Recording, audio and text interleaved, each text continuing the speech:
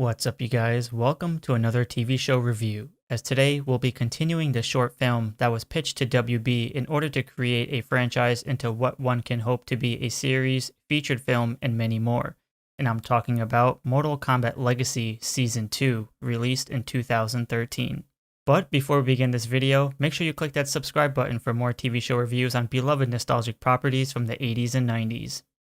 Continuing off from Season 1, Mortal Kombat Legacy Season 2 contains 10 episodes roughly a little over 10 minutes each.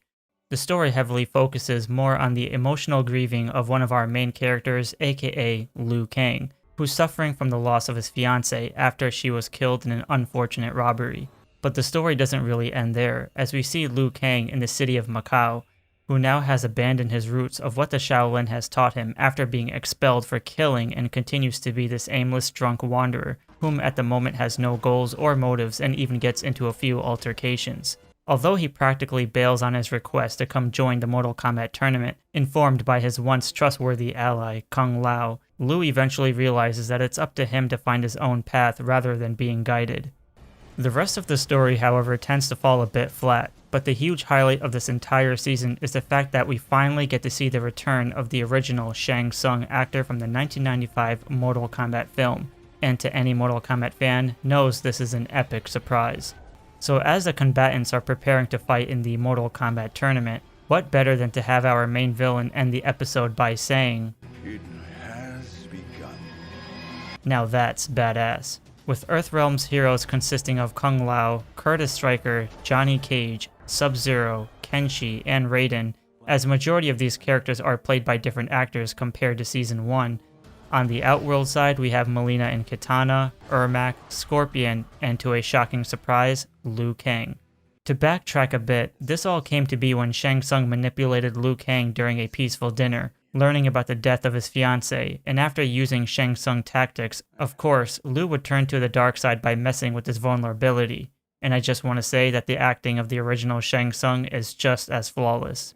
So prior to the tournament, Raiden does his Mortal Kombat Deadly Alliance campfire, teaching the new Earthrealm warriors about the challenges they will face moving forward. As usual, with some being skeptical, the fate of the world lays in their hands. With the tournament now in full effect, here we see characters stumbling upon other characters for some action, like Mileena vs Johnny Cage, followed by Mileena vs Kitana, resulting in an awesome, gruesome fatality.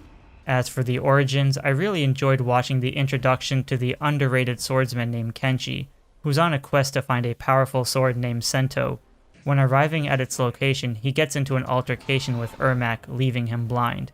So now aware that Ermac will be participating in the tournament, Kenshi brawls with him in the fields until putting an end to his multiple personalities. Then, we also get the backstory of Sub-Zero and Scorpion's origins involving Season 1's Bi-Han and Hanzo's rivalry. Although it focuses more on the childhood nature of things, the concept of separating lands because of different beliefs of the clan is pretty awesome. To furthermore the situation, with Kuai Liang now donning the name Sub-Zero and realizing the Hanzo Hasashi he once grew up with has been corrupted, we do get another brawl between the two iconic characters, but sadly it's a bit under par and could have been a lot better. Last but not least, Liu Kang has a 2-on-1 fight with Johnny Cage and Stryker until kicking both of their asses. And once arriving to the dilemma of doing what's right versus fighting his best friend Kung Lao, the show heads into a to be continued, thus concluding Season 2. Although there were plans for Season 3, we will never know what happened to Quan Chi from Season 1, Shang Tsung, Raiden, Shao Kahn, and the fate of everyone else's character.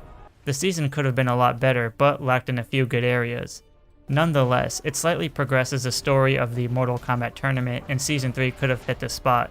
But now we'll never know. The roster was finally getting to a point of hitting all the main characters on screen, but with the little time they had per season, it unfortunately missed its mark. However, I am extremely excited that they included Kung Lao. Therefore, Mortal Kombat Legacy Season 2 gets a C+/B-. Thanks for watching, give a like and subscribe for more TV show reviews, and stay tuned for the next episode.